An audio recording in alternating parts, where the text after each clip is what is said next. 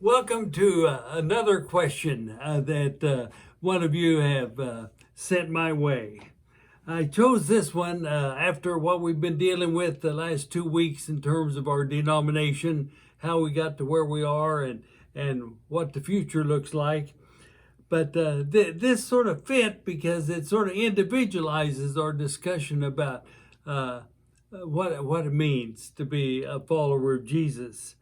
And the question reads, I read a reference in English history that during the last half of the 18th century, there was a revival in the Church of England led by a priest, John Wesley, who emphasized practical Christianity.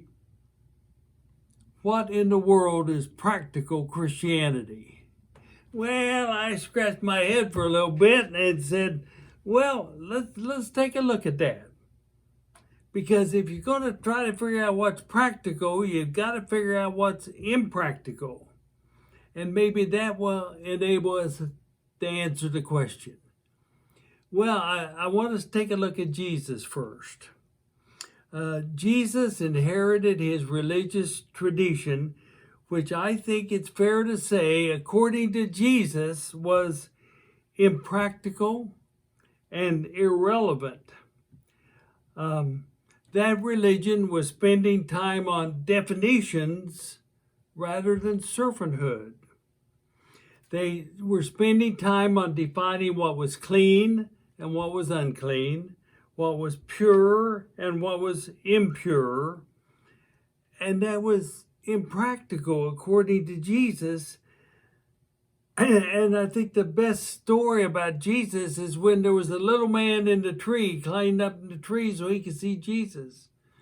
And he invited the little man down. They got into a conversation, and Jesus said, tell me about your life. And the little man shared his life. And Jesus said, hey, you've got it. You've got eternal life now. You have experienced salvation.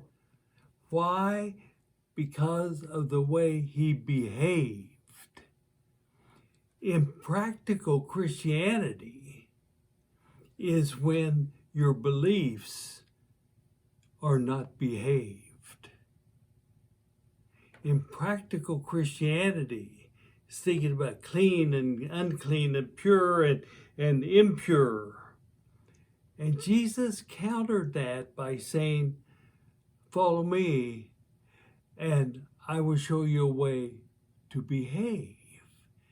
Practical Christianity has to do with behavior.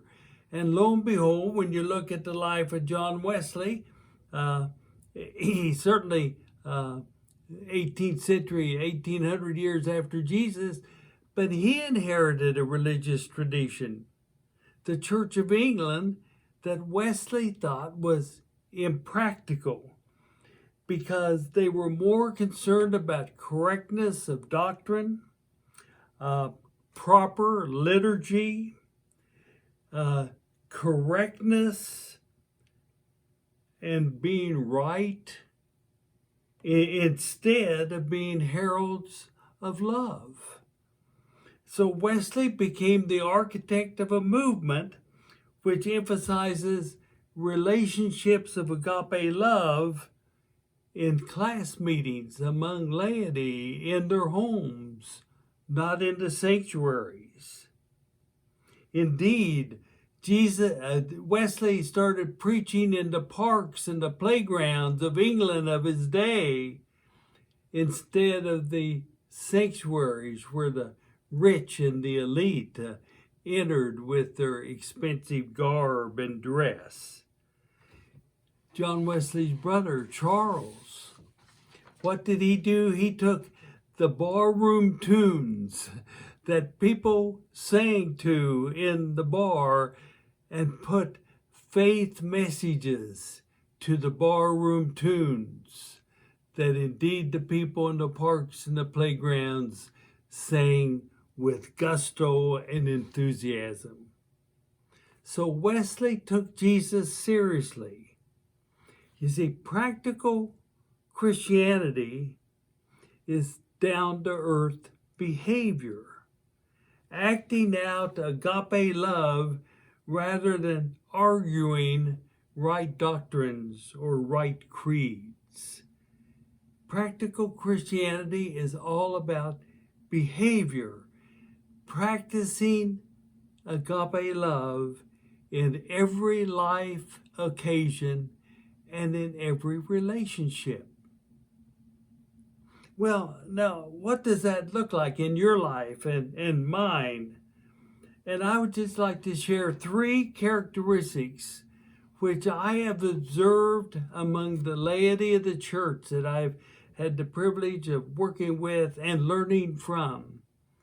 Because the people that really were practical in their Christianity had these 3 characteristics. First of all, they, in their life, interruption prevails over plans. I think this is the meaning of the parable of the Good Samaritan that Jesus told. Who was the neighbor? Was it the religious people who held religious office who walked down the path, saw the man in the ditch?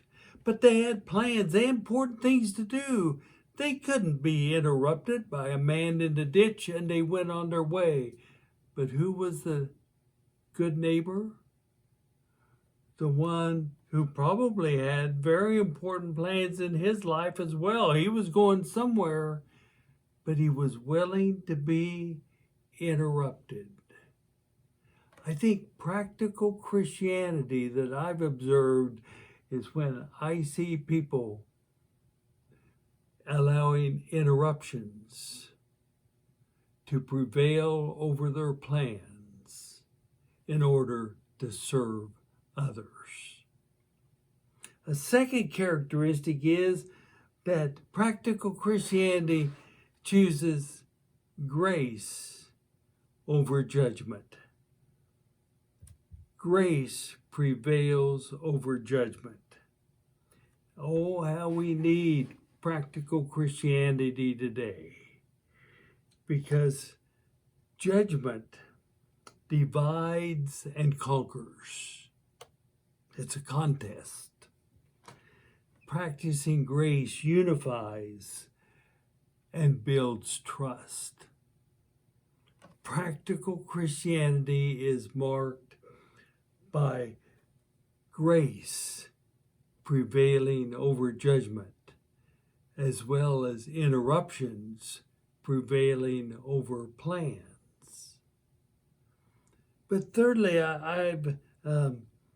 it's a miracle to me when I see it, and I see it all the time, and that's when in practical Christianity, forgiveness prevails over retaliation and revenge.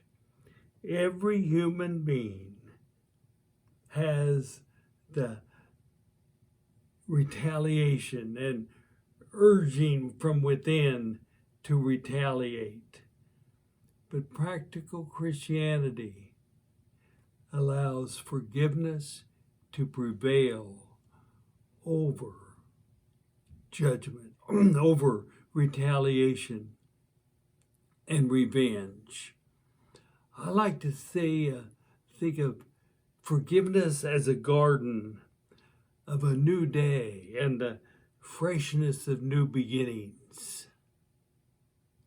On the other hand, resentment and retaliation and revenge is the desert, not a garden at all.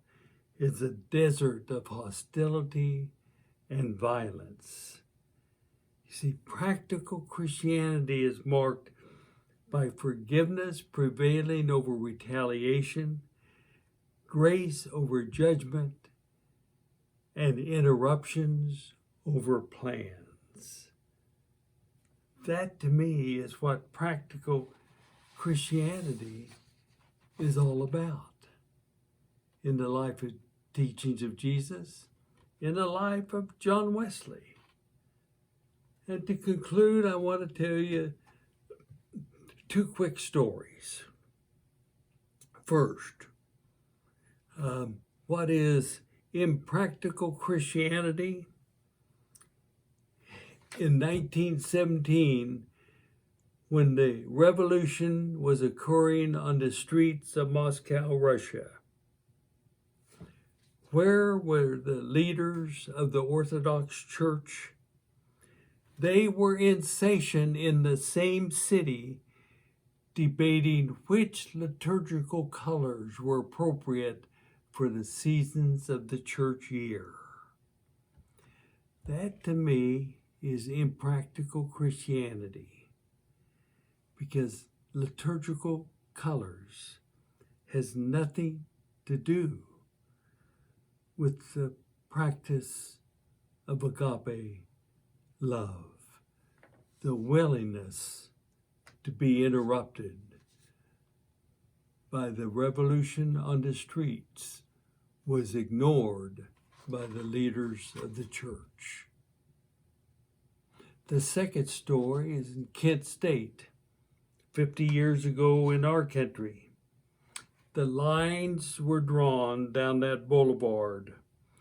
On one side were the students at Kent State struggling to express what they believed about war, the establishment, the elite, and the powerful. On the other side were the elite and powerful, the establishment protecting their domain, including the trustees of Kent State University. But one trustee of the university risked his life without anyone walking with him, broke the line, walked across the street, sat down on the grass, and listened to the leaders of the student protest. He listened, and lives were changed at 2 o'clock in the morning. Why? Because he was willing to have his life interrupted. He chose grace over judgment and forgiveness rather than retaliation.